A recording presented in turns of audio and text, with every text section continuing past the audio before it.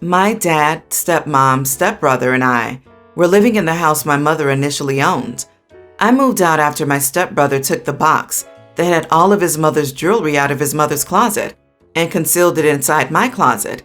I had no idea about it until my stepmom walked into my room and asked me one more time if I still insisted on not letting my stepbrother share the car my dad gave me. I said no, and she said okay then casually walked to my closet, opened it, pulled out her jewelry box, and started yelling. I freaked out, asking what was going on. Dad came into the room and she started crying, claiming I stole her entire jewelry box and was planning to sell it. I was stunned. I swore on my deceased mother that I didn't steal anything, yet my dad didn't believe me. My stepmom demanded I get out of the house and I had to leave because of the pressure. My stepbrother admitted to putting the box inside my closet and bragged about it. I lived with my uncle for 7 years. I miss my room, backyard, and my mother's memories in that house. My stepbrother took over everything. My dad didn't attempt to connect for years and kept calling me a thief, until recently when I visited my uncle's and he happened to be there. He looked thin and exhausted. He said he found out my stepmom set me up and apologized for not believing me then. He said he forgave her and hoped I'd forgive him because he wouldn't forgive himself if I didn't. He then talked about having debts and needing money to pay off debts or he'd lose the house and asked to borrow money from me. I got quiet and then I asked why they couldn't sell the jewelry they accused me of stealing. The car he took back. Heck, where's my stepbrother when they need him? My dad shook his head and asked if my mom would want me to see him homeless with no help or worse, see the house she built and her memories there go to waste. I said I wouldn't pay after they kicked me out of my mother's house because my stepmom didn't want me there. You must be wondering where my stepbrother is now. He's dead.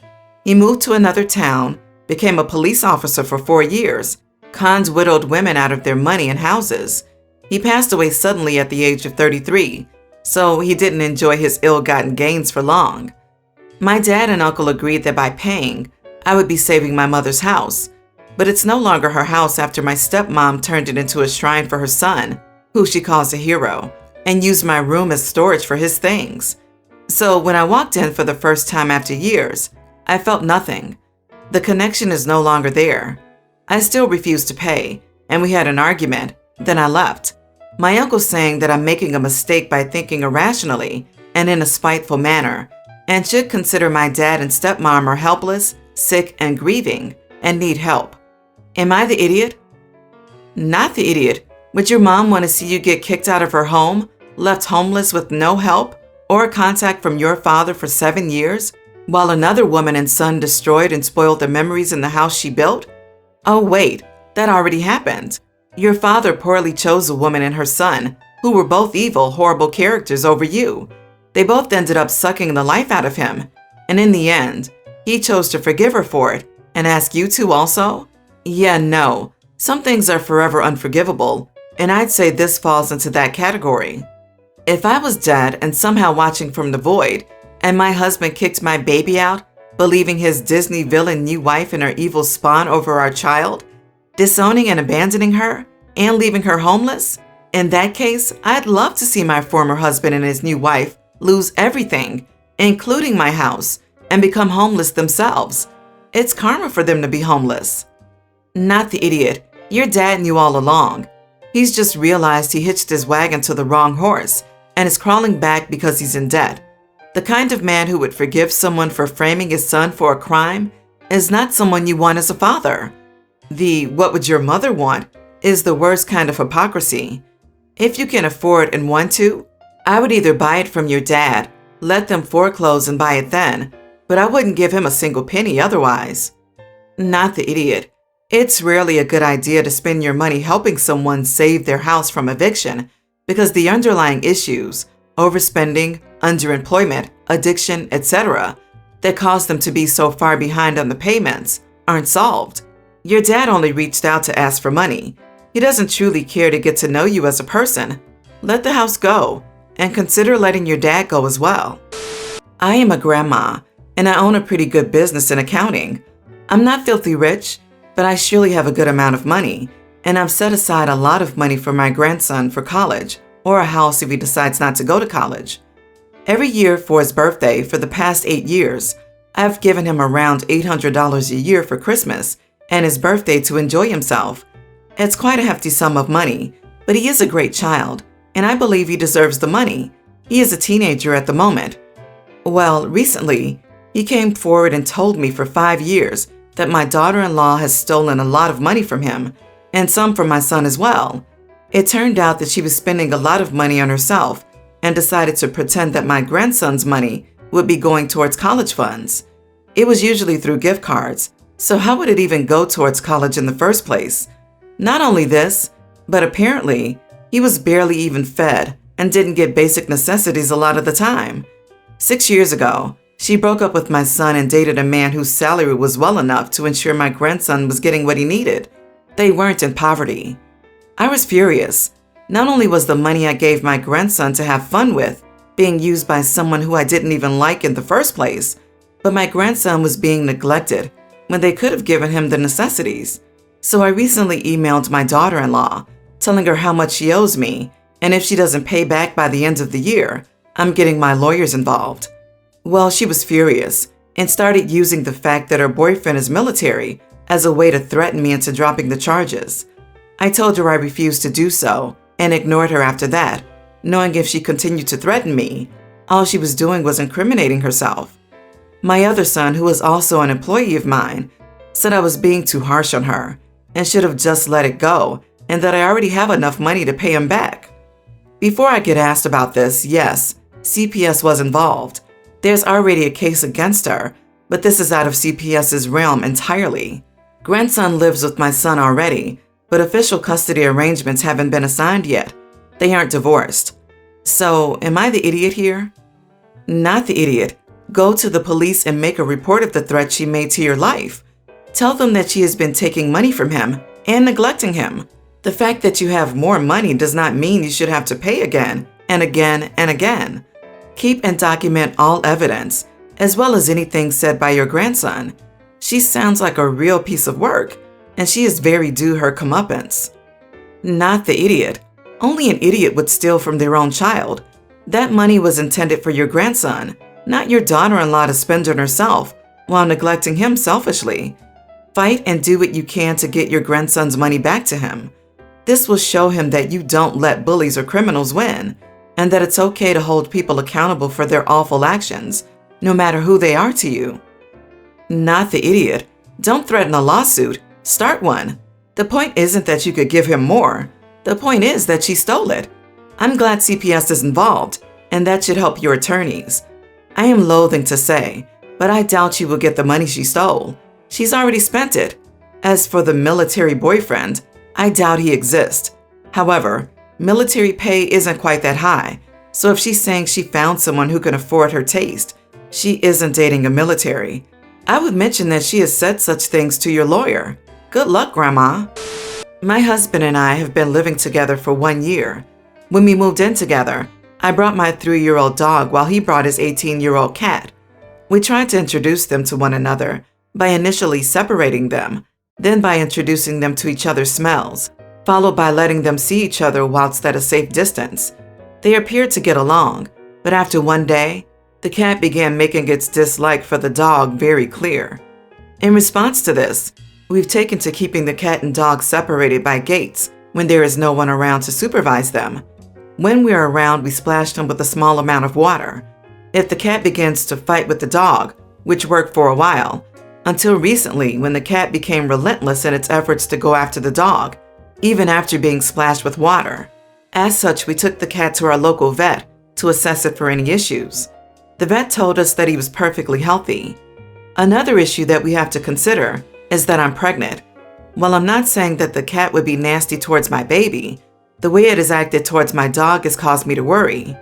I brought up the idea of taking the cat to a cat sanctuary, where it would hopefully be able to find a new home in a relaxing environment, and without fear of being euthanized since we can't take it to any family members. Unfortunately, his family is refusing to have the cat, and my family's in the UK. We argued virtually non-stop about this for days, until my husband finally agreed to take his cat to said cat sanctuary. However, he is still pretty upset with me. I feel terrible for my husband. However, I feel like it was the right decision, not only for the dog, but also for our future baby. You are the idiot. It's an 18-year-old cat. Not only is it incredible unlikely to find a new home, but think about how stressful that would be for the poor thing. Please go back and save his cat. I'd honestly never forgive you if I was in his shoes. Agree. Jesus, the cat's days are numbered anyway. Cats and dogs fight. Dropping it at a sanctuary is the literal abandonment of an elderly cat.